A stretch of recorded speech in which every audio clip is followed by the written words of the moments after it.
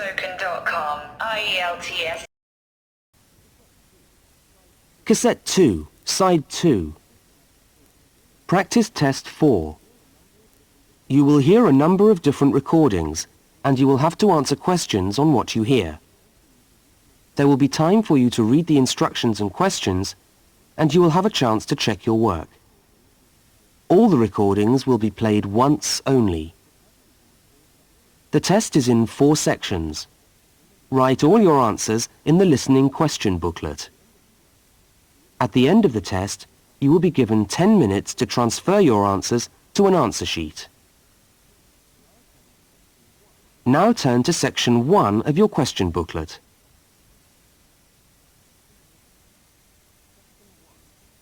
Section 1.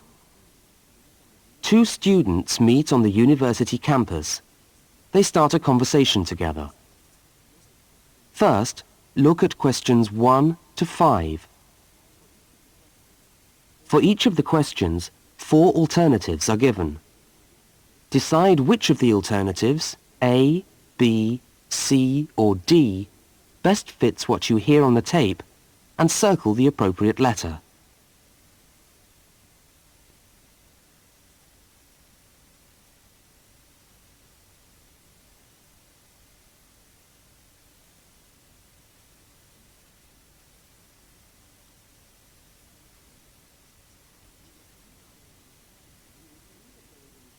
You will see that there is an example which has been done for you.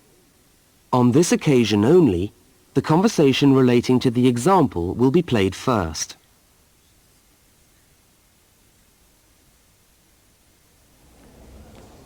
Excuse me, can you help me? I was looking for the main hall. No, maybe I can actually. I'm looking for the main hall too. I think it's in the administration building. Are you a new student? Yeah, I am.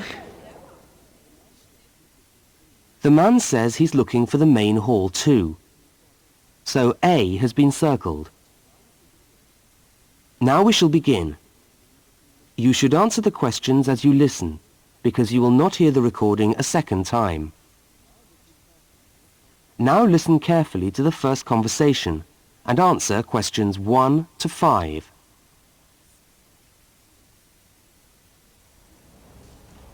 Excuse me, can you help me? I was looking for the main hall. No, maybe I can actually. I'm looking for the main hall too.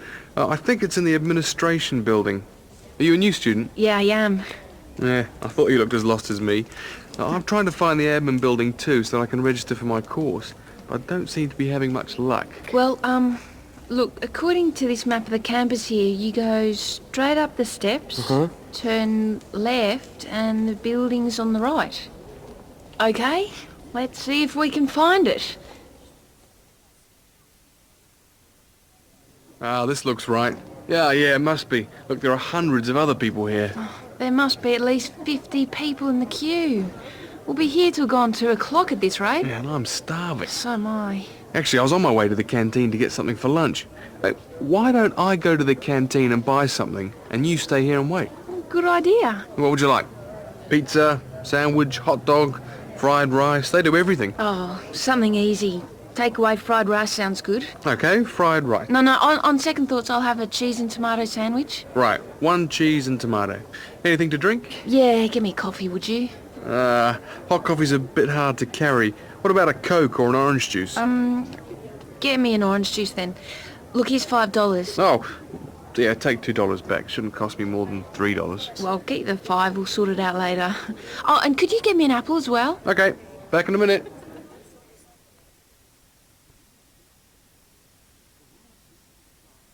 The woman speaks to the clerk about registering at university. Look at questions 6 to 10.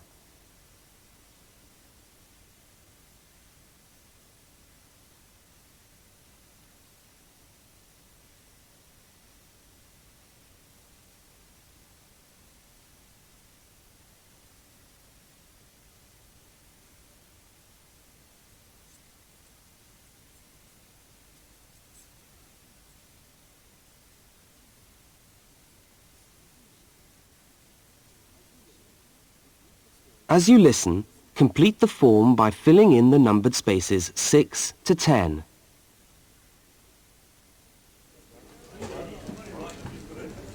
Oh, hello. I'm here to register for the first year law course.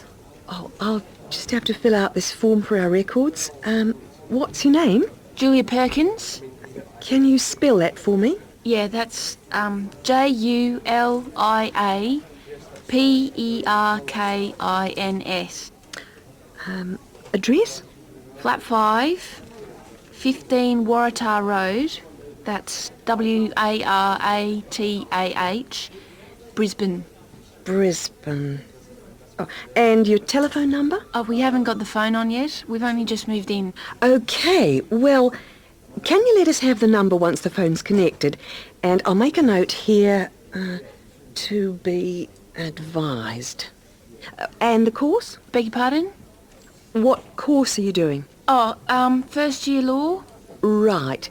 Well, you'll have to go across to the law faculty and get this card stamped, and then you come back here with it and pay your union fee. Oh, thanks very much.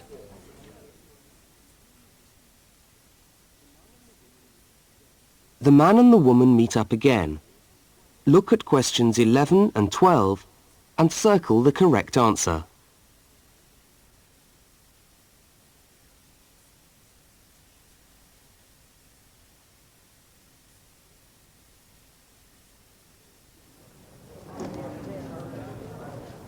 Oh, there you are. Oh, I thought you were never going to come back. Sorry, the canteen was absolutely packed and I had to wait for ages. And then when I got to the front of the queue, there'd hardly any food left. So I had to get you a slice of pizza. Sorry. Oh, that's okay. I could eat anything. I'm so hungry. Oh, and there's your bottle of orange juice and your apple. At least I managed that. Great. Thanks a lot. Oh, and here's your $2 back. Don't worry about it. Buy me a cup of coffee later. Oh, all right then. So how'd you go? Oh, well, in order to register, we've got to go to the law faculty and get this card stamped. And then go back to the admin building and pay the union fees. That means we're registered. After that, we have to go to the notice board to find out about lectures, and then we have to put our names down for tutorial groups and go to the library to... Oh, no, great. Well, first let's sit down and have our lunch, eh?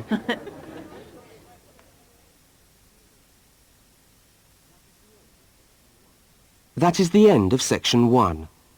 You now have half a minute to check your answers.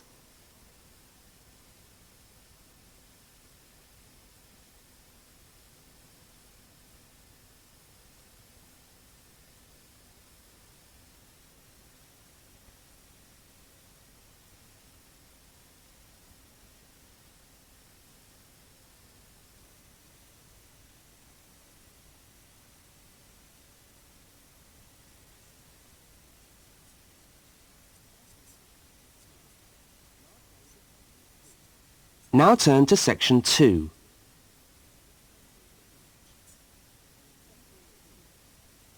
Section 2. You are going to hear a talk about banks in the UK. First, you have some time to look at questions 13 to 17.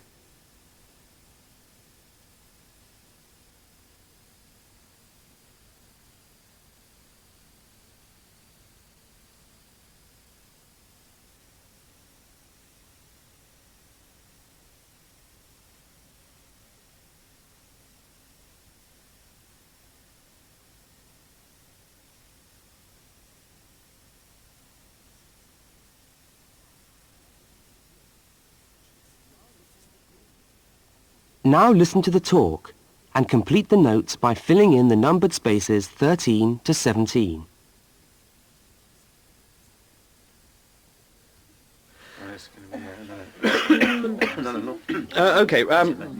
Thanks for turning up today. Thanks for turning up today to this short talk I'm going to give on student banking.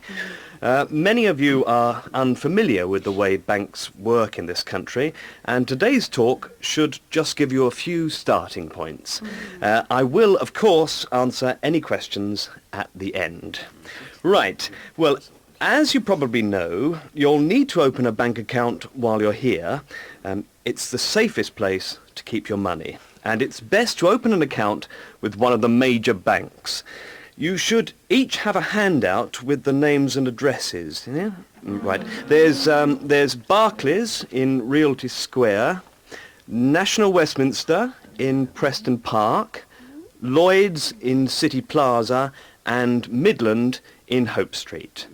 Okay, all these banks offer special student accounts. However, it's important to note that as an international student, you'll not necessarily be eligible for all the facilities offered to resident students.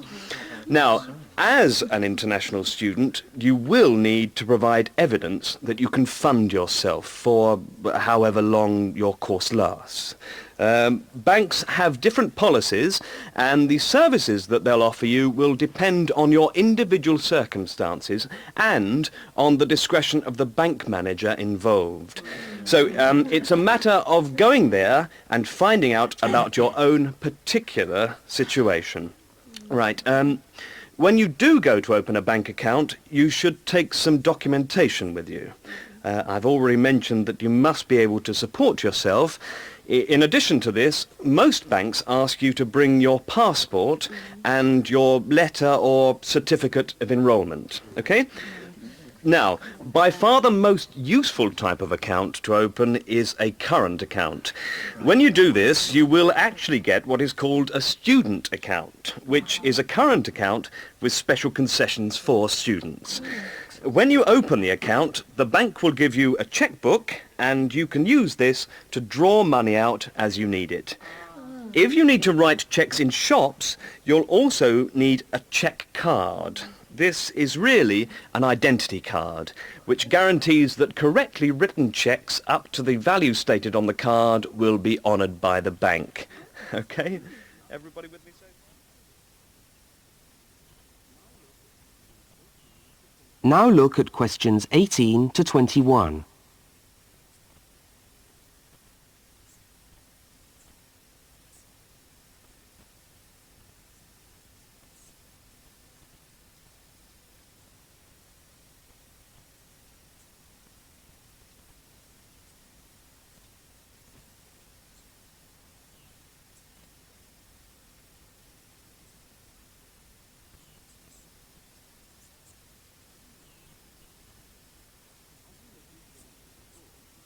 As you listen to the rest of the talk, complete the rest of the notes in the spaces numbered 18 to 21. Right, if you want to draw out cash for yourself, you can make the cheque payable in your own name or to cash. You can also withdraw cash from a cash point machine with a cash card. Now, these are extremely useful as they enable you to withdraw cash from your account during the day or at night. There is also another card called Switch or Delta, and you can use this to pay for things in shops. It takes the money right out of your account, so you don't need your checkbook. Now, you may want to take more money out of the bank than you have in it. This is called having an overdraft. Be very careful with this. You should not do this without permission from your bank. Overdrafts usually incur charges, though some banks offer interest-free overdrafts to some students. But find out before you get one, right? Well, that just leaves opening times. When can you go? Banks used to be open from 9:30 a.m. until 3:30 p.m. from Monday to Friday. But many main branches are now open until 4:30 or 5 p.m. on weekdays, and some of the bigger branches in London and other major cities are now open for a limited time on Saturdays. Okay, any questions? That is the end of section 2. You now have half a minute to check your answers.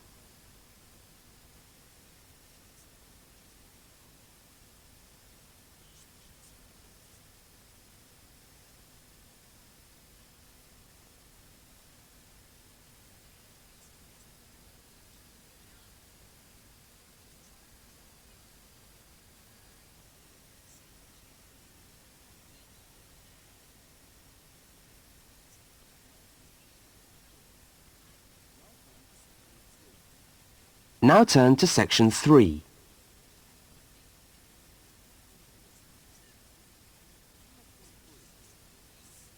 Section 3.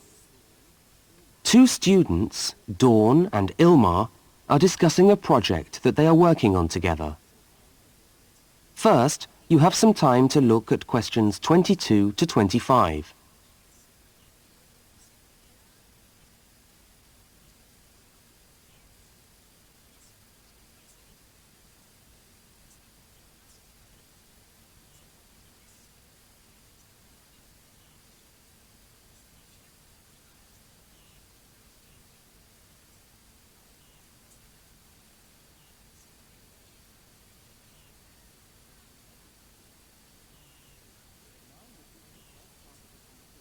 Now listen to the first part of the conversation and complete the fact sheet by filling in the numbered spaces 22 to 25.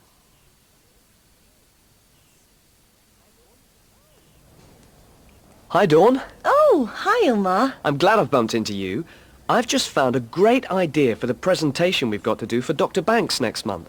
What, the one on everyday objects? Yes, look at this article. It's really interesting.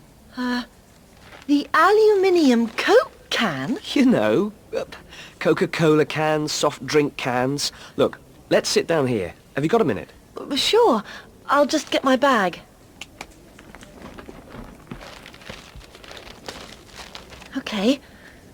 So, you think we can get a presentation out of this article? I'm sure we can. First of all, we can provide some interesting facts about the aluminium cans that we drink out of every day. Like? Well, here it says that in the US they produce 300 million aluminium drink cans each day. Wow! 300 million! Exactly. That's an enormous number. It says here, outstrips the production of nails or paper clips. And they say that the manufacturers of these cans exercise as much attention and precision in producing them as aircraft manufacturers do when they make the wing of an aircraft. Really? Let's have a look. They're trying to produce the perfect can, as thin but as strong as possible. This bit's interesting. Today's can weighs about 0.48 ounces. Thinner than 2 pieces of paper. From this magazine, say. Yeah, and yet it can take a lot of weight. More than 90 pounds of pressure per square inch. 3 times the pressure of a car tyre. Okay, I agree. It's a good topic.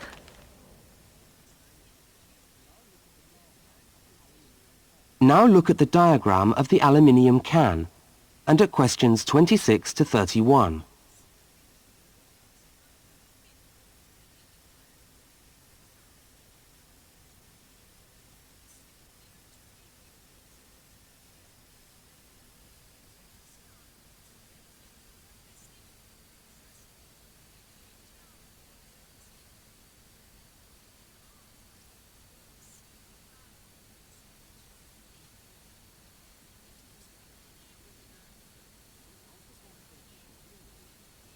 As the conversation continues, label the can by completing the notes in the numbered spaces 26 to 31.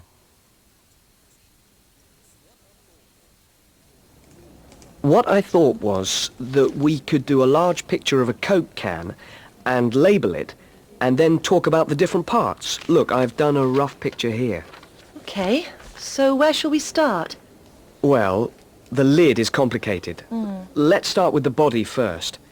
I'll do a line from the center of the can, like this, and label it body.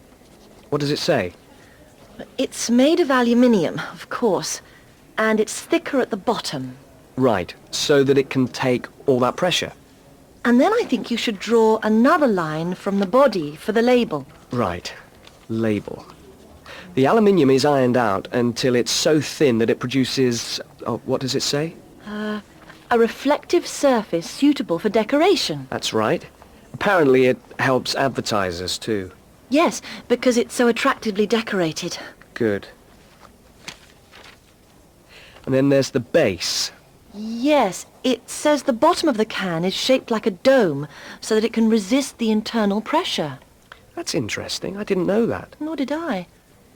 Okay, so going up to the lid, there are several things we can label here. There's the rim around the edge, which seals the can. Got that. And there's a funny word for the seal, isn't there? Yes, it's a flange. What does it say about it? Well, the can's filled with Coke or whatever, and after that the top of the can is trimmed and then bent over to secure the lid. That's right. It looks like a seam. We could even do a blow-up of it like this. F-L-A-N-G-E.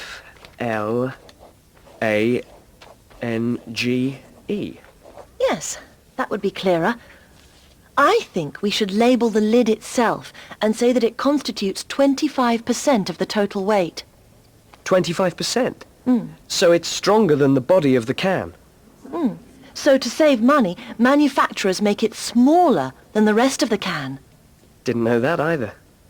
So, how do we open a can of Coke? First of all, there's the tab, which we pull up to open the can, and that's held in place by a rivet. I think that's too small for us to include. I agree, but we can talk about it in the presentation. We can show the opening, though. That's the bit of the can that drops down into the drink when we pull the tab. Yeah, hopefully. Sometimes the tab just breaks off. I know. Anyway, the opening is scored so that it pushes in easily but doesn't detach itself. Okay. We can show that by drawing a shadow of it inside the can. Like this. I'll label it Scored Opening. Great. Well, I think we've got the basis of a really interesting presentation. Let's go and photocopy the article. Fine. I'll take it home and study it some more.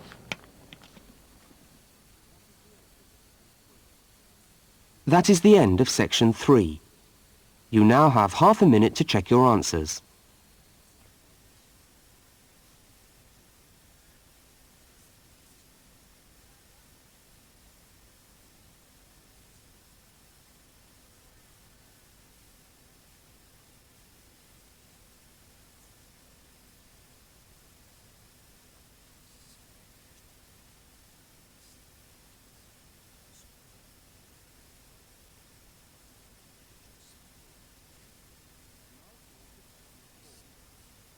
Now turn to section 4.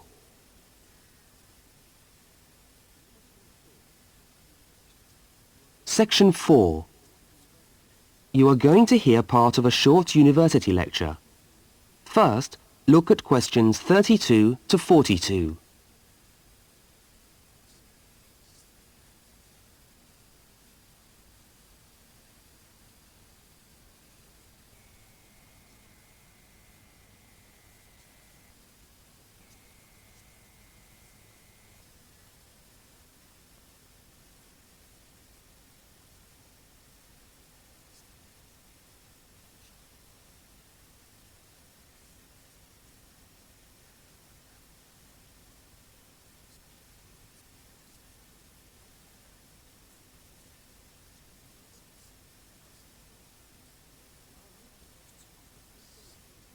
Now listen and complete the lecture notes in the spaces numbered 32 to 42.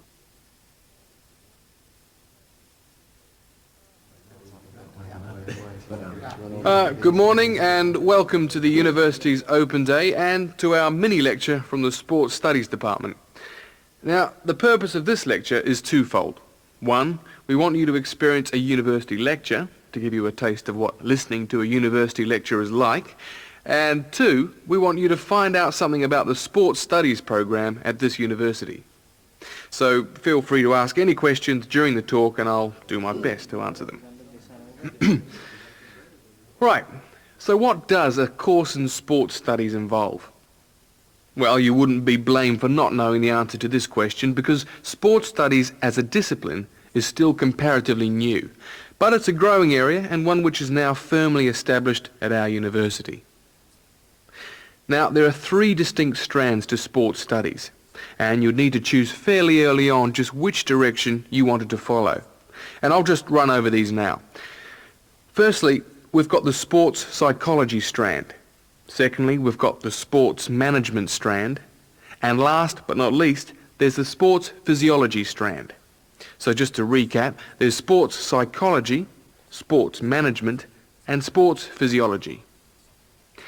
Let's look first at psychology.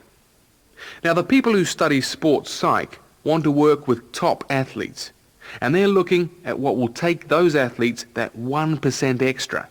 What makes them win? When all other things are equal, physically all other things are equal, they want to know what are the mental factors involved. The sports psychologist works closely with the athlete through his or her training program and becomes an integral part of the team. In fact, you could say that they play just as important a role as the coach. So if you're interested in what makes people win, this could be the area for you. Now, secondly, we've got the strand which I referred to as sports management. And this goes hand in hand with the area of sports marketing. So you might like to think of this area as having two branches, management and marketing. On the management side, we look at issues relating to the running of sports clubs, management of athletes, that sort of thing. But then on the other side, we've got sports marketing. And this is the side that interests me more, because here we will look at the market forces behind sport. Questions like, why do people spend their money on a football match or a tennis game rather than, say, on buying a CD or going to the cinema? What are those market forces? Sport used to just compete with sport. Nowadays, it competes with other leisure activities. The spectators go to sport to be entertained rather than out of loyalty to a team. They want to have an evening out, and they don't want the cheap seats anymore. They want good seats. They want entertainment. And the professional sportsmen and women respond to this without question. They are there to give a performance. They provide the entertainment. So in the marketing course, we address all these commercial issues, and we look at how this hooks back into the management of sport. Now, the third branch of sports studies sometimes comes under another name and is also known as exercise science. And again here, we find that there are two distinct types of exercise science. The first is working very much at the macro level, what I call the huffing and puffing people. So this looks at fitness testing, body measurements, all that sort of thing. But the more interesting side of sports physiology, at least in my view, is the side that looks at the micro level, looking at cellular change. They're doing cellular research, looking at changes in body cells when the body is under stress. So that just about brings us to the end of our mini lecture for today. I hope you found it interesting, and I look forward to seeing you all on our course next year. But feel free to come and talk to me if you want any more information. I'll be over at that notice board near the main entrance. Thank you very much.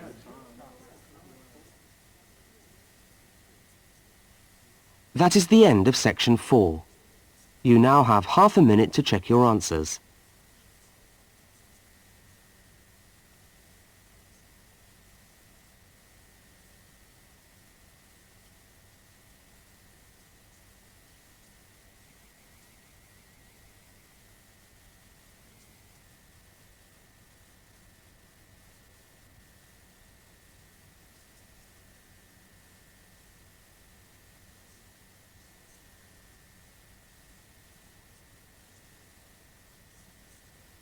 That is the end of the listening test.